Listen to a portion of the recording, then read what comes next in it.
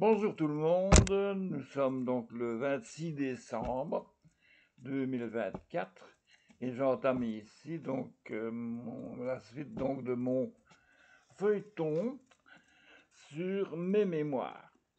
Alors aujourd'hui je voudrais bien revenir sur une année en particulier, l'année 1973, je dirais même bien 72-73, qui est ma dernière année d'école.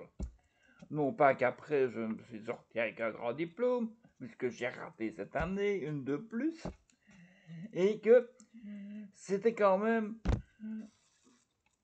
un morceau de ma vie, un morceau de charnière, dirons-nous, charnière entre ma vie de d'enfant, grand adolescent et tout ça, papa, maman, enfin, famille, quoi, et un petit peu mon départ vers ce qui allait devenir mon avenir solitaire, solidaire, etc., etc.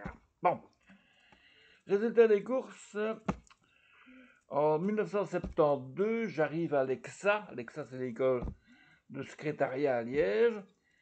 J'arrive à l'EXA, pourquoi? Parce que j'ai raté à Saucy, à l'Athénée Saucy. J'avais raté auparavant à l'Athénée de Chénet.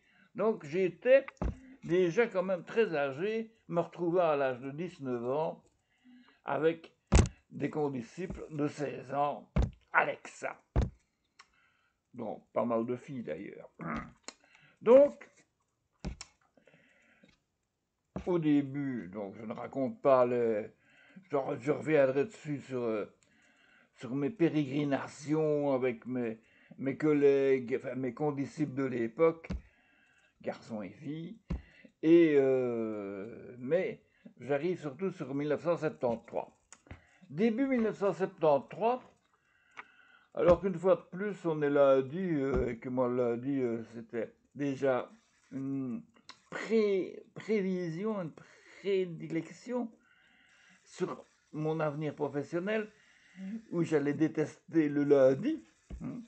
Le lundi, dur d'aller travailler le lundi, dur de rentrer à l'école le lundi. Bon, eh bien, un lundi comme ça, j'avais décrété que j'étais malade, comme souvent.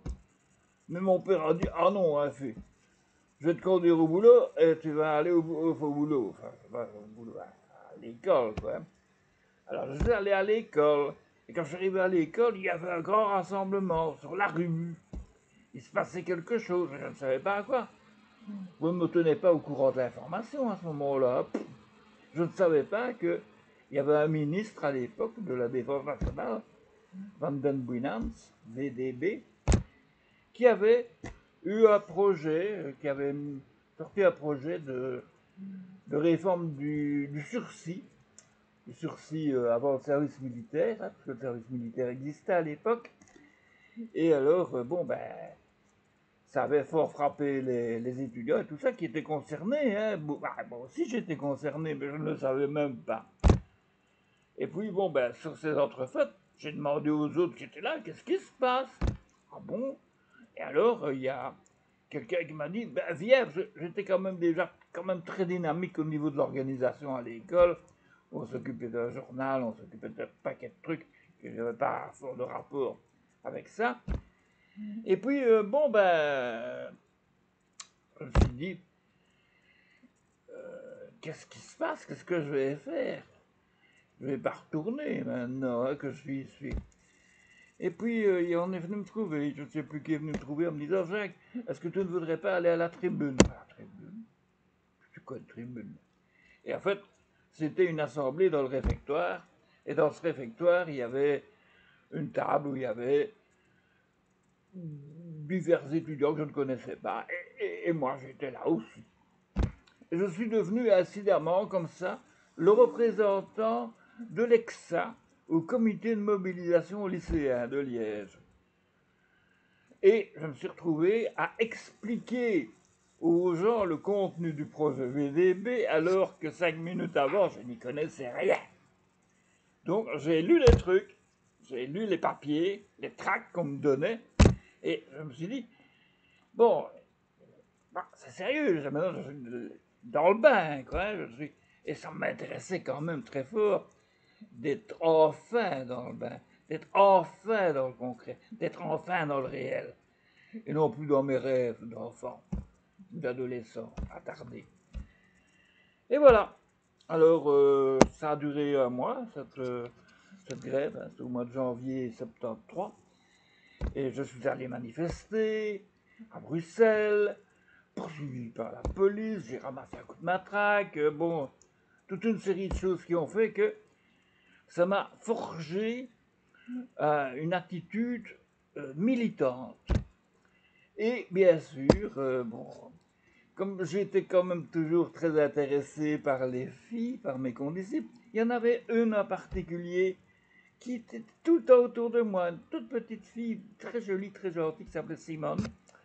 Et Simone, bon ben, j'en étais un peu amoureux, comme on dit, hein. Et alors Simone m'a dit un jour, j'aimerais bien qu'on ait mangé qu'on ait boire un petit quelque chose ensemble, dans un café.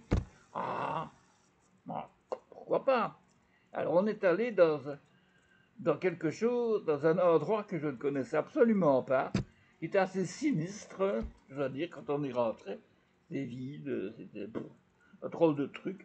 Il fallait monter par un escalier en colimaçon dans une salle, je dirais bien de réfectoire. Un bâtiment tout sombre, rue de Gueldre. Rue de Gueldre à Liège, donc c'est une rue qui donne sur la place Saint-Robert. C'est une vieille baraque. Et là, en fait, c'était le club Federico Garcia Lorca, le club des communistes espagnols. Je ne le savais pas, moi.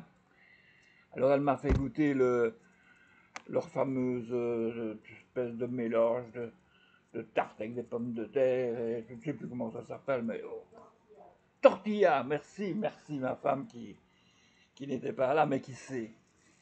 Donc voilà, donc mon nez qui coule, c'est très embêtant. Alors, après ça, elle m'a dit, je vais t'emmener, on n'était pas dans la grève, hein, donc on n'était pas à l'école, je vais t'emmener voir quelqu'un que tu dois absolument rencontrer. Ah bon? Alors, je suis allé avec elle jusque la rue Saint-Léonard, 102 rue Saint-Léonard, qui était une librairie. À la librairie, je suis rentré, j'ai regardé, je me suis aperçu qu'il y avait beaucoup de livres qui parlaient de révolution et d'autres choses du même style. Bon.